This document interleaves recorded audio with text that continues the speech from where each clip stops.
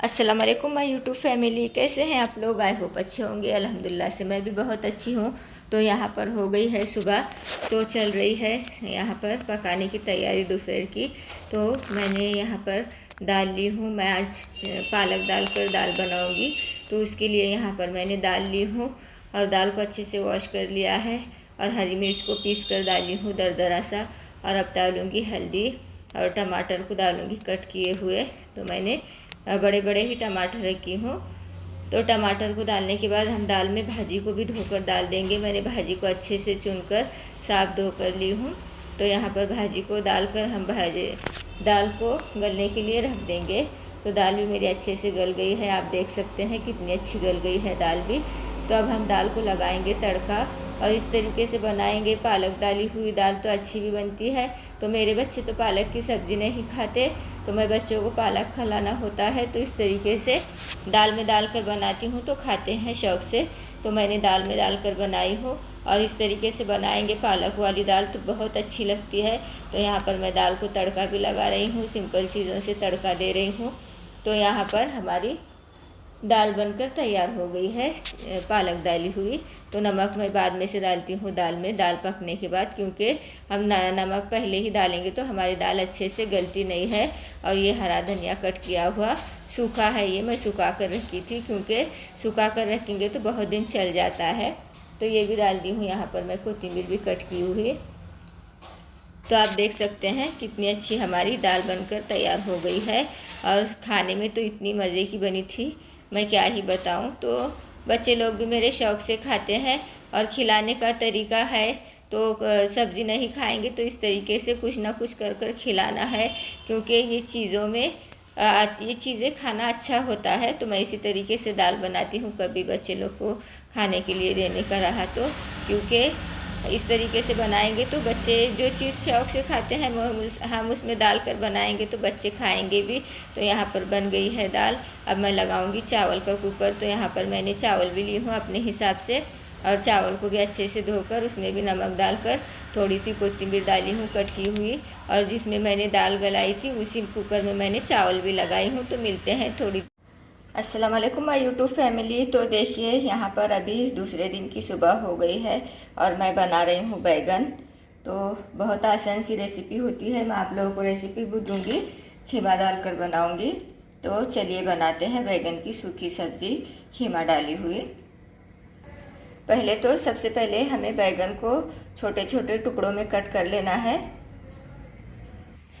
तो देखिए गाइस, मैंने सबसे पहले बैगन को इस तरीके से छोटे छोटे टुकड़ों में कट कर लिया है। और यहाँ पर लिए हैं ये कुछ मसाले हैं। तो मैं खीमा डालने वाली हूँ, तो यहाँ पर मैं खीमा भी ली हूँ। और यहाँ पर ये मसाले हैं जो हम घर में रोज़ इस्तेमाल करते हैं, आप देख सकते हैं। नमक है, हल्दी है, धनिया पाउडर है, मिर्च है और काली मिर्च का पाउडर है। और यहाँ पर मैंने 2 टमाटर को पीस कर ली हूँ मिक्सर में इस तरीके से। चाहे तो आप कट कर कर भी डाल सकते हैं, मगर मैं पीस कर डालूंगी क्योंकि मेरे घर में कट किया हुआ टमाटर कोई भी नहीं खाते। तो यहाँ पर इतनी ही चीज़ें लेनी है हमें। और अदरक लहसुन का पेस्ट है, तो मैं आप लोगों को दिखाऊंगी कि हमें किस तरीके से बनाना है। तो मैंने पेस्ट यहाँ पर मेरा इस तरीके से बॉटल में होता है। तो यहाँ पर अदरक लहसुन का पेस्ट भी लेना है हमें। और हम बनाएंगे सूखे बैगन, तो बहुत अच्छे बनते हैं। बैगन को भी इस तरीके से छोटे छोटे टुकड़ों में कट कर कर लेना है। तो सबसे पहले मैंने यहाँ पर कुकर में ऑयल को लिया है, अच्छे से गर्म होने देंगे। और आप देख सकते हैं यहाँ पर मैंने आलू और गोश्त का सालन भी लगाया है। तो यहाँ पर मेरा सालन भी बन रहा है गोश्त और आलू का। और यहाँ पर मैं दूसरे साइड बैगन को भी बघार दूँगी। तो तेल अच्छे से गर्म कर लेंगे। अब हम खीमे को बघारेंगे इसमें, और इसमें जाएगा अदरक लहसुन का पेस्ट भी। और अब इसमें मैं सारे ये पाउडर मसाले डाल दूंगी जो मैंने आप लोगों को दिखाए थे, सभी को डाल दिया है मैंने। और अभी इसी में जाएगा ये टमाटर का पेस्ट भी। अब हमें ये सभी चीज़ों को 2 मिनट तक इसी तरीके से पका लेना है। तो 2 मिनट हो गए हैं। अब मैं इसमें डालूंगी ये कट कर कर रखे हुए बैगन हैं, हम डाल देंगे। तो देखिए मैंने सभी चीज़ों को अच्छे से मिक्स कर लिया है। अब 2 मिनट इसी तरीके से पका लेंगे। तो अब हम इसमें डालेंगे, ये मैं 1 कटोरी पानी ले रही हूँ कटोरी से। ये टमाटर का पेस्ट जो मैंने कटोरी में निकाला था उसी का पानी है ये। मैंने कटोरी को धोकर डाल दिया है। 1 कटोरी ही पानी डाली हूँ मैं। तो बैगन को पकने में ज़्यादा देर नहीं लगती।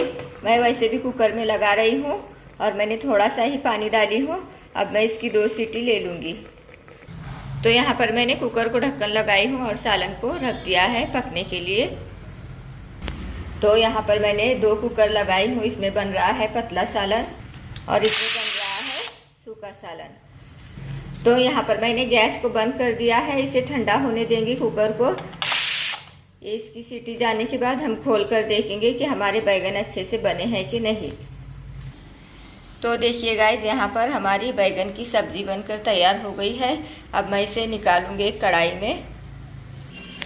तो देख सकते हैं आप ये कितनी अच्छी बनी है, कितनी अच्छी इसे तरी वगैरह आई है। तो अब हम इसे और 1-2 मिनट गैस को स्लो कर पका लेंगे। थोड़ा सा इसका पानी और सुखाना है, हमें सूखी करना है और थोड़ी। तो मैंने गैस पर रखी हूँ इसे पकने के लिए और 1-2 मिनट मैं इसी तरीके से पका लूँगी इसे। तो देखिए हमारी सब्जी बनकर तैयार हो गई है। अब मैं इसमें, मेरे पास थोड़ा सा सूखा हुआ धनिया है, कोथिंबीर हम जिसे बोलते हैं, इसे डाल देंगे। ये सूखी हुई है, मैं इसी तरीके से सुखा कर रखती हूँ। तो हमें कभी सब्जी में डालने के लिए लगेगा तो काम आएगा। तो यहाँ पर मैंने डाल दी हूँ कोथिंबीर को भी। तो देखिए ये तो हो गया है। अब मैं कर दूँगी गैस को बंद। मैंने गैस को भी बंद कर दी हूँ और आप देख सकते हैं इसका कितना अच्छा लुक आया है और कितनी अच्छी लग रही है।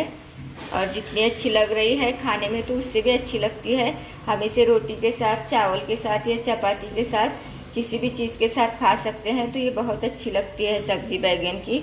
और मेरी तो हमेशा ही फेवरेट है बैगन की सब्ज़ी।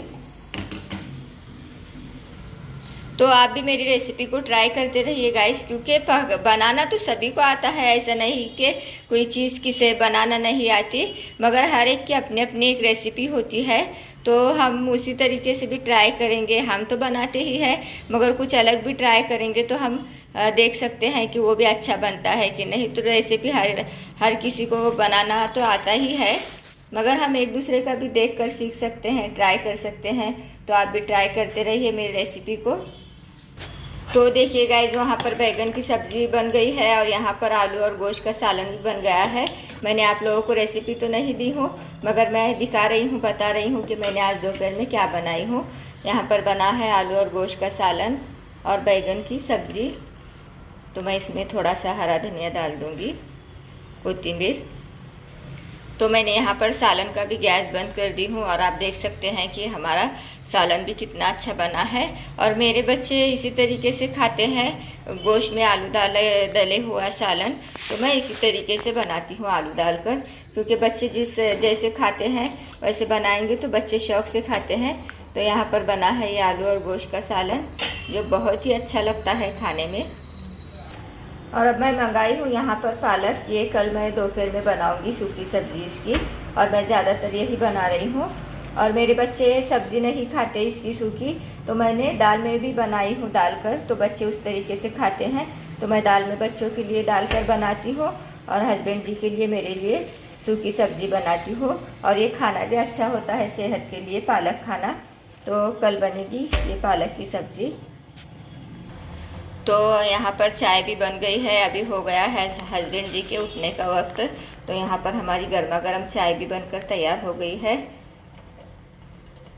और मैंने कपड़ों की मशीन लगाई थी, मेरे कपड़े भी वॉश हो गए हैं और मैंने सब धुलने के बर्तन जमा की हूँ, क्योंकि खाला आएंगे तो धो लेंगे।